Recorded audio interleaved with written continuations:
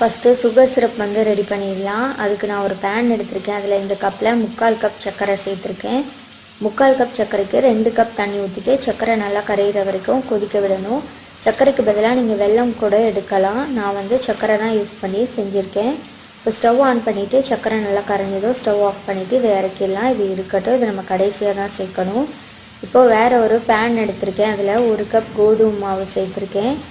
கோதுமை மாவை நல்லா வறுத்துட்டு செஞ்சால் தான் நல்லா வாசனையாக இருக்கும். இதை மீடியம் ஹீட்டில் ஒரு 2 நிமிஷம் நல்லா வறுத்துட்டு செய்யணும். எந்த கப்பில் அளக்குறீங்களோ அதே கப்பில் எல்லா பொருளும் கரெக்டாக அளந்துக்கோங்க. இப்போ இதில் 1/2 கப் நெய் சேர்க்கணும். 1 கப் கோதுமை மாவுக்கு 1/2 கப் நெய் சேர்த்தா கரெக்டாக இருக்கும். இப்போ கோதுமை மாவு நல்லா வாசனை வந்ததுக்கப்புறம் 1/2 கப் நெய் சேர்த்துட்டு இது ஒரு 2 நிமிஷம் நல்லா கலந்து விட்டால் போதும். நெய்லேயே இது நல்லா ரோஸ்ட் ஆகணும்.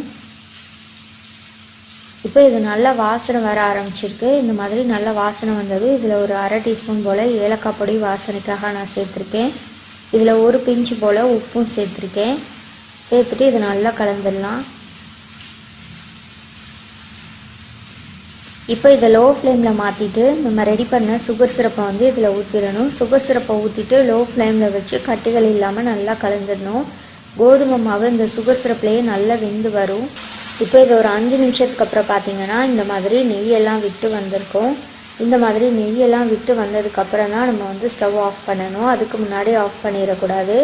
இப்போ இந்த மாதிரி இருக்கணும். நம்ம கல்வா பதத்தில் சூப்பராக வந்திருக்கு. நெய்யெல்லாம் இந்த மாதிரி நல்லா பிரிஞ்சதுக்கப்புறம் தான் நம்ம ஸ்டவ் ஆஃப் பண்ணணும். இதை அப்படியே சர்வ் பண்ணலாம். நான் வந்து இந்த மாதிரி ஒரு சின்ன கரண்டி வச்சு இந்த மாதிரி சர்வ் பண்ணியிருக்கேன்.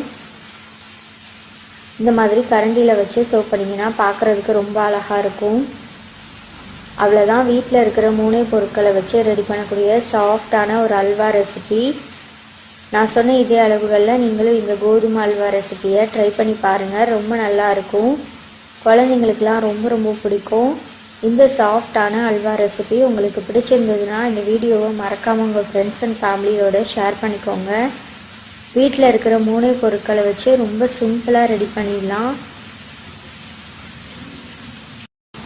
இது 3 நாள் வரைக்கும் ஃப்ரிட்ஜில் வச்சு சாப்பிடலாம். ரொம்ப நல்லாயிருக்கும். கண்டிப்பாக எல்லாருமே செஞ்சு பாருங்கள். எல்லாருக்குமே ரொம்ப பிடிக்கும். நல்ல சாஃப்டாக இருக்கும் சாப்பிட்றதுக்கு. கொஞ்சம் கூட ஒட்டாமல் சூப்பராக வந்திருக்கு.